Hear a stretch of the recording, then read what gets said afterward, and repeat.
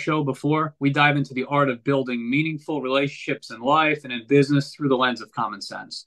My background in establishing customer and stakeholder relationships led me to create this wonderful show. Our purpose is to engage in real, everyday conversations with industry experts and hear from their inspiring journeys about various topics that will help educate listeners, both young and old, to grow their scope of knowledge. In this life, there's no cheat code for success, but there's hard work, consistency, and accountability. Your ability to harness all three of these will determine your outcome. I guarantee it. I'm so glad that you're joining again tonight's discussion concerning cybersecurity. We have so much information to unpack, so sit back and enjoy the ride on the information superhighway. Today, I am pleased to welcome back onto our show for a third time an esteemed cybersecurity leader to guide you through the wild words of passwords, firewalls, pesky malware attempts. He's both a gentleman and a scholar, my good friend, Michael Pelch. Welcome back, Michael. Hi, John. I'm excited to be back on your show. Thank you for having me. Okay, everyone, last time we had a little mishap about a lack of the coffee. That problem has been fully resolved. The Amazon drivers are once again the hero of the day. I have my cup right here, and let's get down to business. Again, I'm sure Michael is caffeinated as well. I hope I'm not speaking out of turn, but I can assume he's heavily caffeinated as well. A caffeinated So cybersecurity professional is a happy is a cybersecurity happy professional. cybersecurity. Always and forever. All right, so Michael, we've gone through exactly in our previous shows what cybersecurity is, leading up to preventing, detecting, responding to cyber attacks. And we've also gone through being a victim of some of these cyber crimes. We've gone on to talk about common scams, including charity fraud, which is prevalent now with the recent natural disasters of both hurricanes. And we've gotten great feedback on those add-ins as well. We left off on basically wanting to hear about QR codes. And for all of our listeners out there that are watching, I'm actually going to display a QR image on our screen. If you want to take a look at it there, we're talking about these things here. It might look a little weird, but again, these are QR codes. So, we left off wanting to hear about how these QR codes have been used in hacking and scams. Michael, can you elaborate a little bit more on what QR codes are and how they're being used? Of course, John. The technical term is phishing. I'm just going to refer to them as QR code scams. And Okay. basically, QR codes are built for convenience, and cyber criminals are taking advantage of it. Let me give you some examples of how they're being used. You're in a city, town, you're parking, you get out, you scan your parking meter to pay for parking. Well, guess Mm-hmm. what? That QR code scan may not be legitimate. A lot of towns have reported it, and there have been warnings to be alert for them. And what criminals will do is they'll create a little QR code with some verbiage on it that's how you could pay for parking. So you scan it. Guess what? The money goes to the cyber criminal, and they get your credit card. And this will work if there is no QR code scan on the parking meters, or if there are, what they will do is they will create a mirror site, identical site to the legitimate one, and place a QR code over the legitimate one. So some ways you could protect yourself is if a QR code looks tampered with, don't scan it. Another thing, be alert for them for social engineering. You mentioned the one QR code, perfect social engineering example where they're going to try and lure you in, bait you in to scan on it, download malware to you. Another way, they may send them to you through text messages or phishing emails to get you to scan and click on and open it. And just hearing all that information, Michael, it's just still incredible. And I say incredible way too much, but I'm fascinated to learn about how, these criminals are getting so innovative with the use of the technology. Again, that's used by good, hardworking people every day. But, the criminals have to advance and innovate just like with everybody else.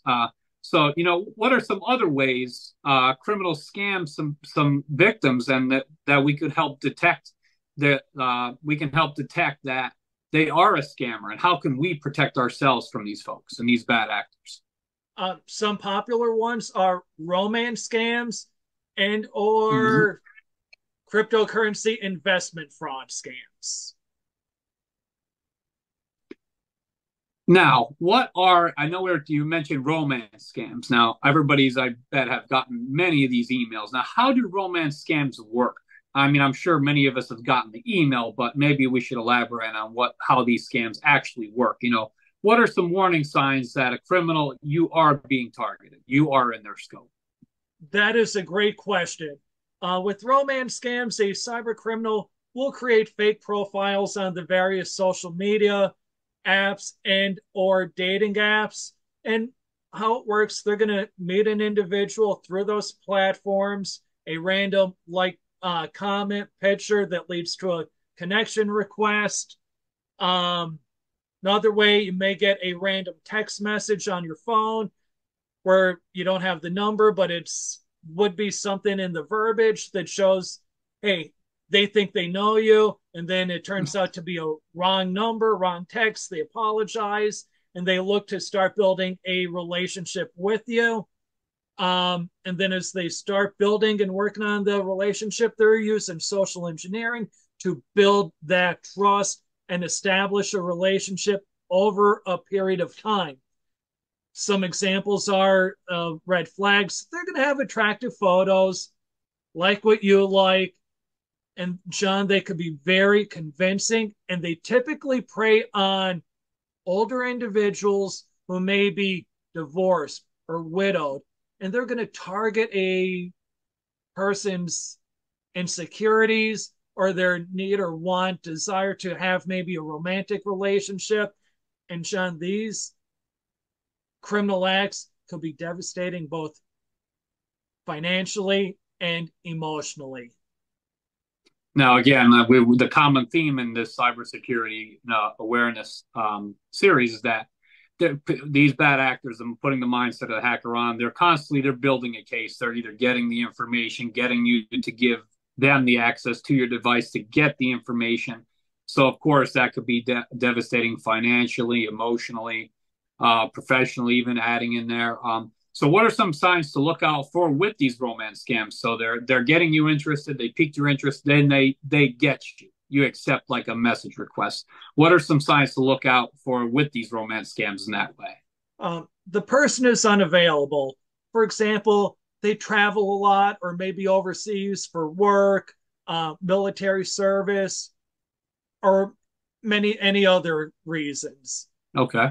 Then they're going to try and switch communications from the social media app or the dating app to another communication channel, such as Telegram or WhatsApp.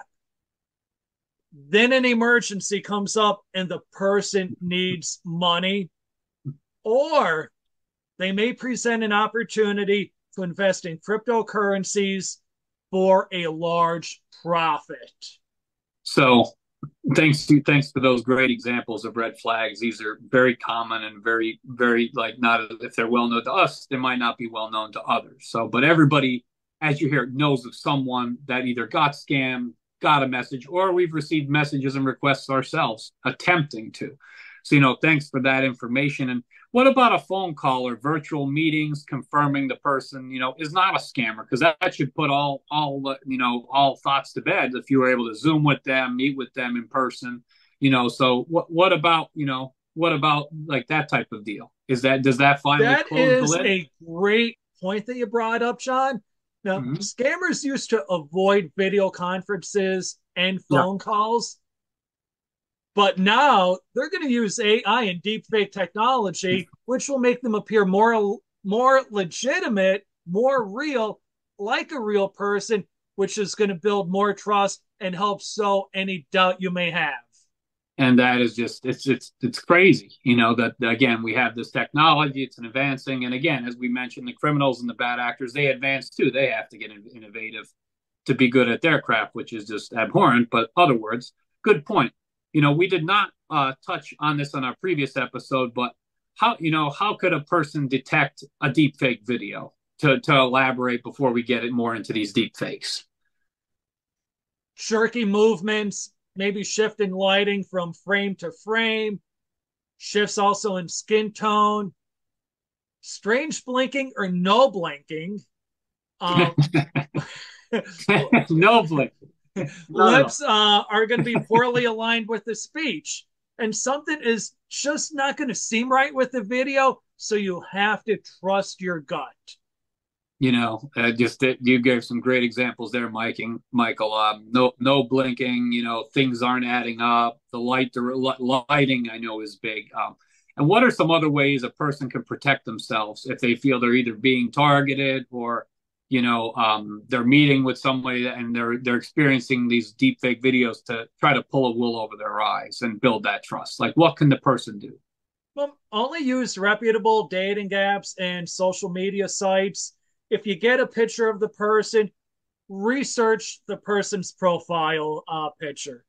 Take a take their picture, do an image search, see if they show up on any other social media platforms, and if everything they say aligns up. Don't share any personal financial information, and never send money to someone you have not met in person. No, Also, don't no. send any compromising photos or videos that could be used to blackmail you. And that's just like the fact. Thanks again for sharing that information. Because again, do not share your financial information. And of course, not sending money to anybody you have never met in person. And again, what you send is actually could be more damaging than what they're actually trying to get, because they're trying to entice you and get you in. So, you mentioned before cryptocurrency investment fraud. Sean, yes. Last year, Americans lost $5.6 billion in cryptocurrency scams. Now, these are only the ones that were reported, because lots are not reported because Not the reported. individual may feel embarrassed. Yeah. They're devastated financially, emotionally, and they may just want to move on and not have to relive it. Yeah, just wow, that is incredible. Now, these are everyday Americans. When you're talking $5.6 billion with the B, not to be confused with millions of trillions, billion. We're talking $5.6 billion. That's a sum of money. That's a lot of cash, isn't Yes, it is. And John, it? these may evolve from romance scams, where the scammer you are talking about shares fancy pictures of expensive cars, nice homes, Mhm. vacations, etc. And they tell you that they have a system for making large profits in cryptocurrencies that they want to share with you. They may even tell you they have a rich uncle or another connection that they get this information from, sort of like inside information that they're sharing only with you. They make you feel special, and they get you to invest. they they really, out of everybody in the whole world, they're reaching out to you. You've never met them. They don't know you. They're going to share their rich uncle's tactic for making you rich. This works. Yes, and it's very convincing and profitable. Now, John, everybody wants to make easy money. The scammers prey on that. And remember, they usually target older and more vulnerable individuals. Yeah, it makes sense. Like when you think about, if you're starting a business, you're starting anything, you're thinking about who is your target audience. So for these hackers, who is my target? Who is my victim? Who's my target victim? And, again, older adults, worked for many years, probably retired, have money just sitting in either bank accounts or wherever, and be like, yeah, these are the cash cows for these scammers. Like, this is what they dream of. It's Yes, sick, but this is what they dream of. Yeah. like I said, these scammers build a relationship and trust. They get the individual interested by sharing pictures of large profits, large balances, and they're advanced. They're going to create fake cryptocurrencies websites that are going to be similar to legitimate cryptocurrency websites. Remember, they'll add support.dash or money.dash to the legitimate name. Mm-hmm. They're going to share a link with the victim to tell them to open an account. The victim will usually start with a small investment that shows a large percentage return in a quick time period where that's going to build the trust. And then the victim is going to invest a lot more money. But remember, the returns are not real returns. So after all that, they start small to be like, oh, I'll get you in this and that and the amount, and after you see the progress, you're gonna want to do more and all that. And then I'm guessing the criminal will eventually, they're for one, they're going to take the money. The site that the link or whatever they share with you, eventually it's not going to exist. And then the victim, of course, loses the money, doesn't get access to the site, everything's gone, and that's just the end of the story. Yes. One day, the victim may not be able to access the fake website. They may have an investment that goes bad. Other times, the victim may try to withdraw some money, and to keep the scam going, if it's a small amount that they're looking to withdraw, the cyber criminal will let them. Now, however, it's not going to be that easy with larger withdrawals. They may say that you need to keep the money for taxes or give another reason why you can't withdraw it. Now, what are some ways our listeners could protect themselves from these scams, from these cryptocurrency scams, fast, easy money? What are some ways that our listeners can be prepared and ready? Well, be cautious of messages from someone you don't know or haven't met in person who is claiming to represent maybe a well-known company, bank, government agency. Be on the lookout for websites that attempt to impersonate legitimate websites or financial institutions. Remember, red flags are slight misspellings, dashes in the website name. And be leery of any get rich quick promises or no risk. No risk, no risk at all. Come on, Mike, you got to take advantage of this action. There's no risk. Like I'm guaranteeing you 50% return. There's no risk here. As the saying holds true, if it's too good to be true, it probably is. And again, even if you are unsure, exactly. Yep. So verify, and again, verify. So Michael, thanks for sharing your knowledge on all these scams. We've gone through countless examples in all of our episodes and in this one, to summarize, what are some of the best ways our listeners could, again, protect themselves in the information super high, being on the internet, having social media sites, having, shopping online. What are some ways people just using the internet can also protect themselves? John, let's start at the front door. Passwords. If you lost the key to your house, you probably would change the locks. More than likely, yes. There are over 24 billion usernames and passwords on the dark web. There we go again. There we go again. Billions, trillions. Now this time we're going back to the billions, and that's billion with the B. Billion, yes. Folks. This is a lot of information. This is a lot of usernames out there. And John, hackers know that most people reuse the same password across multiple sites. So if one of your passwords is on the dark web, hackers find it, they're going to try and get and use it on multiple sites. Another thing is easy to guess passwords could be cracked in a matter of minutes. Well, I mean, I could just, I could just speak for myself that I have many accounts, many subscriptions, things like that, that I have a password for. And how could our listeners easily protect themselves, without going in a constant panic mode, being because they have passwords, they're on the internet, they're just taking advantage of a subscription. How can they be protected, without being in a constant state of worry? Now, John, great question. The first thing you want to use complex passwords that will contain maybe a lowercase, uppercase number, and a special symbol. As a general rule, the longer, the better. Now, I know what you're going to say. I know what your listeners are going to say. How am I going to keep track of all these passwords that don't make sense, that are complex? And the best way to do it is to use a password manager. Now, password manager now. I'm not saying that you're saying we have to go out and hire someone to manage these passwords, at our work office. But what is an actual password manager? It's a place where you could store and keep all your passwords. And basically, you're going to create just one password to access all of your passwords. Now, going more on this, because again, I have many accounts and subscriptions. I can be honest and upfront and say I don't have a password manager. What if I were to create a password that is capital P and at sign SS00RD exclamation point? Well, while it meets complexity requirements, it's really not secure. Hackers know that people will replace vowels with numbers in regular words. Well, they got me. They hacked me. They hacked me right now as soon as I finished that sentence. So they've got me. They've got my passwords right after that.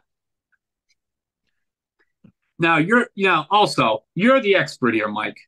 So for managing these complex passwords, having a password manager, in addition to all that, what do you also recommend?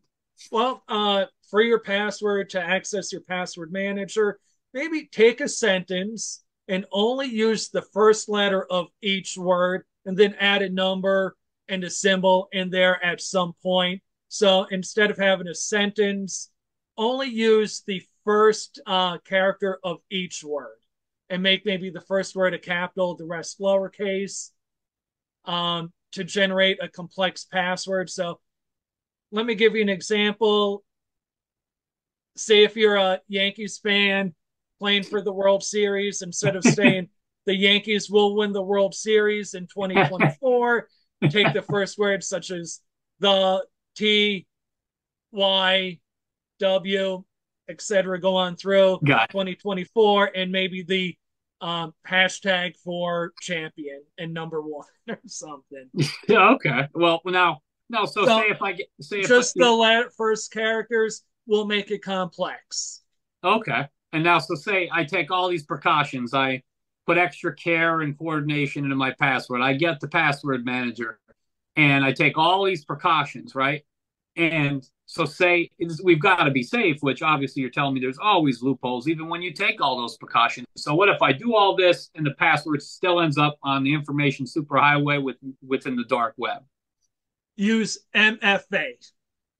Now, MFA, what is this MFA you speak of? You're the expert after all here, Mike. Multi-factor authentication, where you're going to use more than one factor to log in. A factor is going to be something you know. Password, for example. Something you have. Think of a text message with a code, a phone call with a code on your phone, or an email with a code. All right. And something you are. Example, biometrics such as fingerprints, face scan. So you want to have more than one factor, not just your password. I see. Yeah, that's some really good information because you're just setting up other lines of defense. You have the password, you have the bio scan, say you have an email or a phone call with a code word. That's some really good points. I've heard of people mostly just using the password, but this is other things that you can set up to help protect yourself. So that's great. That's some great stuff right there. Now, after getting into that, how safe, let's get into a really big topic here. How safe is open public Wi-Fi in airports, businesses, coffee shops, etc.? How safe is that? John, not safe at all. They're easy targets for hackers. First of all, the traffic is not encrypted, which means it's easy to intercept and read. Another thing the hacker could do is create a fake wireless network, name the same name as the business or their existing one. Mm-hmm. And if you're closer to the hacker signal, you're going to connect to their fake Wi-Fi network, and they could track everything you do online, such as websites you go to and any passwords you put in. Any passwords, once they have the passwords, they see where you shop, they see your subscriptions, God forbid, your financial information. Yes, credit card numbers if you make a purchase and you put it in, the passwords to log into the sites if you need to. Correct, and they would have the exact time and what the purchase is. They would have all the information. They would have everything. They Yes. have everything they need. So I know some people who download free games and movies before they're released from sites. You know, how safe are they being in those practices? Sean, that is a great question. And I get it. Why buy something and pay for it when you could get it for free? Let me let me tell you about something. There was a hacker that was arrested a few months ago. I forget his name. What he did was he would put free games and movies online that people could download for free.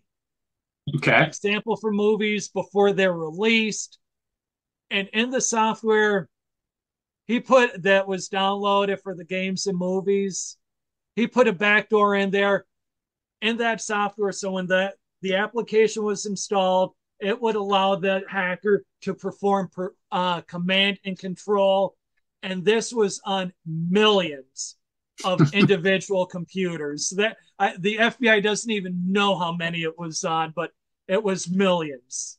Millions of computers. So it's honestly a backdoor channel to, yeah, you can watch, your brand new movie, any of your music video. Yeah, sure. But you're not paying attention to what's being coded or downloaded to your computer as well. And you're just thinking you're getting a free movie, but you're getting a rough shake. So this command and control, we spoke about that in the last episode, right? That is correct, John. The hacker would be using other people's computers to hack other individuals and business. And what they would Now, do, they would use it as sort of a jump machine. So a hacker connect to one of the infected machines, use that to connect to another one, to another one. So it wasn't easy to trace their steps. now, And now, they would eventually hack other businesses from your machine. Now that is just scary. So if businesses figured out where the attack was coming from a bad actor or a hacker, you know this person would get caught and charged. Yes, that is correct if they figure it out. And just with the holidays around the corner, I'm seeing in more stores. I'm seeing in every store that I go into. I don't know. That's maybe a content for another episode, but I'm seeing the Christmas in one aisle, the Halloween down the other aisle, and then Thanksgiving on the other. So it's just the marketing pushes out there. I bet that, all this coming out, I bet this is a busy time for hackers. This has to be like WrestleMania, the Super Bowl, the World Series for these hackers. Like everything is ripe for the picking. What are some tips for people during the holidays to protect themselves? Well, during the holidays, a lot of people will be traveling. So if traveling, secure your devices. If you have your phone, laptop, don't leave it unattended. Watch your surroundings. Make sure someone isn't looking over your shoulder. Again, I'm going to say use a strong password. If you leave your phone down and someone picks it up, you don't want them typing in 1234 to access your device. Something else that is common is maybe all odd or even numbers is a common password for mobile devices. Be aware of your surroundings. Be leery of the fake delivery notification, text messages, and emails. Scammers know people shop online. So if you get one of those and you're in doubt, don't click on the link. Go directly to the retailer's website, log in, and check your orders. Check exactly what you are getting, what you're ordering, where you are. That is just some great advice. Um, Just in general to have. Additionally, there could be fake coupons or gift codes that downloads malicious software is another common scam around the holidays. Phishing emails that charges were denied or made to your account with the link to check them out. As always, check with the financial institution directly Yes. or the retailer by logging into their website or calling the number on their website. Michael, all this information, all this knowledge, you're arming all of our great listeners with just real everyday tips that can help them prevent drastic things from happening. And we thank you for that. And, what about our listeners out there who are interested? You help people every day, people, businesses protect themselves, And with these episodes we have, gaining a lot of interest, and the feedback we got has been incredible. And Thank you. what about of course, and what about people that are interested in pursuing a career in cybersecurity and tech, and trying to get their first job in the cybersecurity realm? What kind of advice would you give them? Sean, I had some great mentors who got me interested in cybersecurity. I would love to help as many individuals that are new to cybersecurity or are considering it as a career. And with that, Michael, that brings us to the end of today's episode. And, thank you again for all the information you've armed myself and all of our listeners with. And we thank everybody on that's listening, that's subscribed, that's watching as we speak, for joining us today. And we hope you enjoyed the conversation and had some valuable takeaways, which I know you did. And if you did, please consider subscribing and leaving us a comment below. It really helps us know that we're doing our job, and we're helping to equip you within the realm of cybersecurity and to keep you safe. Thank you, everyone. Thank you to Michael, and Thank you, John. have a good night.